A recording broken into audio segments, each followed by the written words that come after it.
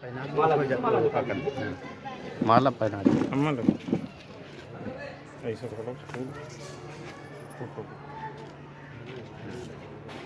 उधर से आ जाओ आप। देखो देखो उस पे जोर ना। चिंतक जी के सम्मान में सब लोग अपने स्थान पे खड़े हो जाएंगे। थोड़ा साइड में देखो ये बलदेव प्रसाद चिंतक अमर रहे। बलदेव प्रसाद चिंतक अमर रहे। देखो इधर अम्मा, इधर बलदेव प्रसाद चिंतक अमर रहे। माता जी को बैठाया जाए और इसी क्रम में माननीय रामकृपाल जी और मैं उन तमाम मंचासीन लोगों को कुछ इस तरीके से याद करूंगा। बड़े भाई रामकृपाल जी और राजकुमार पासी जी,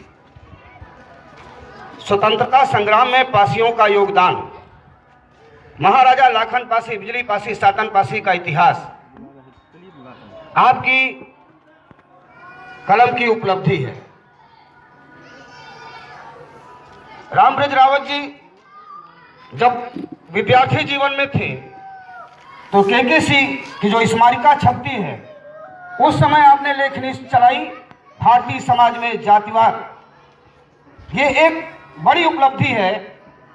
मैं आपको दोनों लोगों को बहुत बहुत धन्यवाद देता हूं, बधाई देता हूं कि आप लोगों ने वहां से शुरुआत की।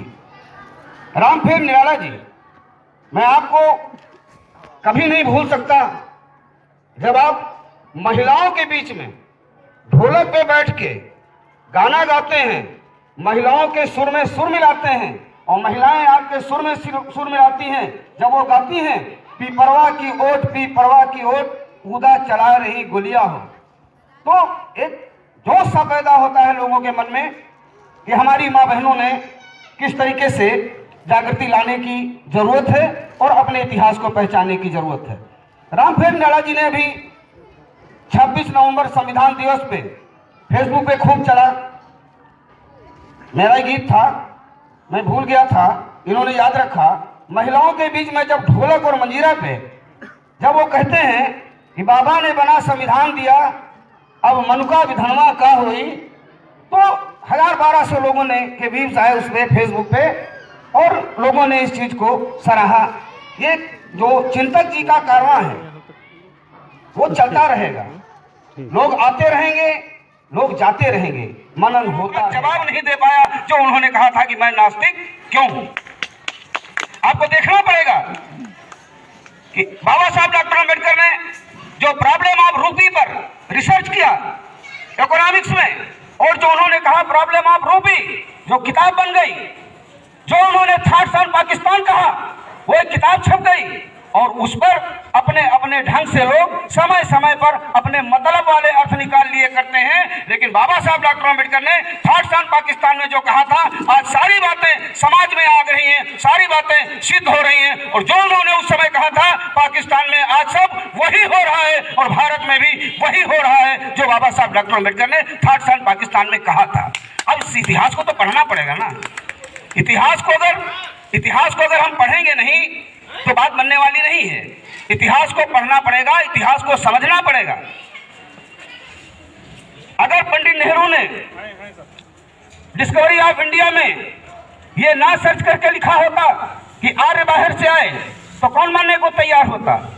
अगर राहुल संस्कृत्यायन ने वोल्गा से गंगा तक में ये कहा न होता कि एक जात विशेष के लोग जो समाज में हुकूमत कर रहे हैं उनका डीएनए विदेशी है, अगर ये बात ना आई होती तो आज ये चर्चा भी ना बनी होती। मेरे कहने का मतलब यह है कि समाज को समय समय पर जागरूक करने के लिए तमाम लोगों ने काम किया और वो परंपरा बनी रहनी चाहिए, वो परंपरा चलती रहनी चाहिए। वो चाहे निराला जी चलावें, चाहे राजकुमार पासी जी चलावें, चाहे रामब्रज रावत जी चलाएं, चाहे हम चलावें, चाहे और लोग चलावें, वो परंपरा चलती रहनी चाहिए। अगर वो परंपरा चलती रहेगी तो निश्चित रूप में समाज में जो दलित मुक्ति का आंदोलन है वो कभी रुकने वाला नहीं है। अब याद करिएगा, जब चिंतक जी कहते हैं, एक गीत की 2 लाइनें हैं, मैं ज्यादा नहीं बोलूंगा ज्यादा, लेकिन ज्यादा बातें नहीं कहूंगा। सब्जी का ताऊ उमरौवन का, सब्जी का ताऊ उमरौवन का, भुर्जी कर भूज भूज दाना, वही घर बैठे मौज उड़ा रहे हैं जैसे अंधरन माँ देखो। ये जो कविताएं थी वो छोटी मोटी बात नहीं है। इस तरीके का चिंतन कर लेना, कवियों का, कलम के सिपाहियों का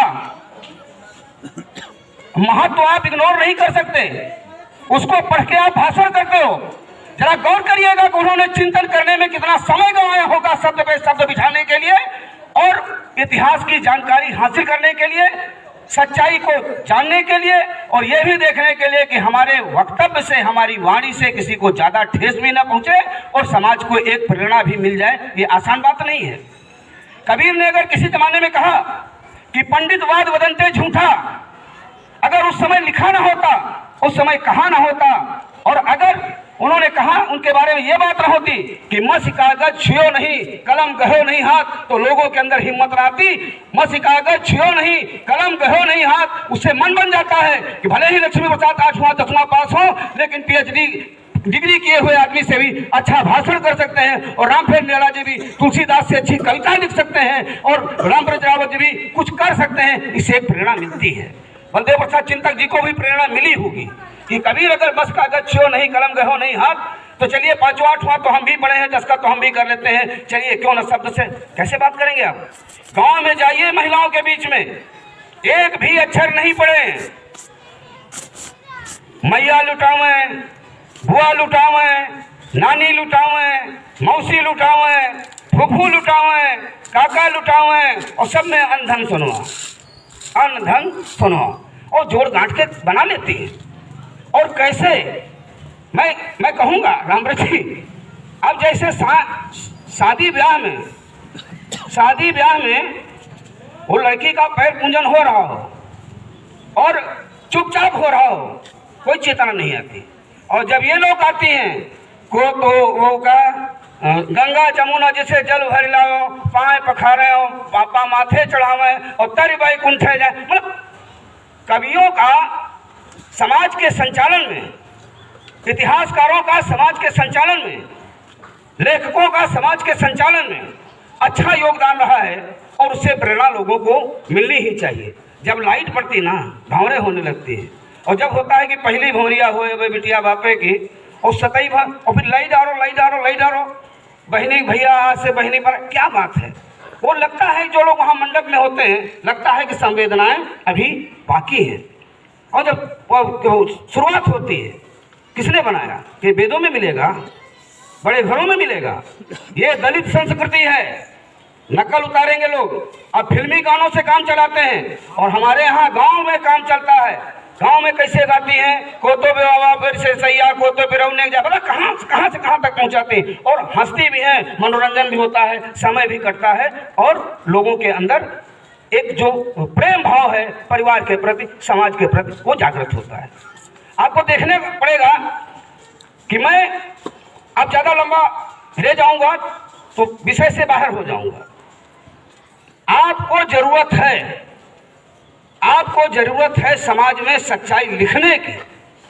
आपको जरूरत है समाज में सच्चाई, चाहे कविताओं के माध्यम से हो, चाहे आपके लेख के माध्यम से हो, चाहे निबंध के माध्यम से हो, चाहे चुटकुलों के माध्यम से हो, चाहे व्यंग के माध्यम से हो, चाहे कार्टून के माध्यम से हो, सच्चाई समाज के अंदर लाने की जरूरत है। कलम के सिपाहियों को जागरूक रहने की जरूरत है।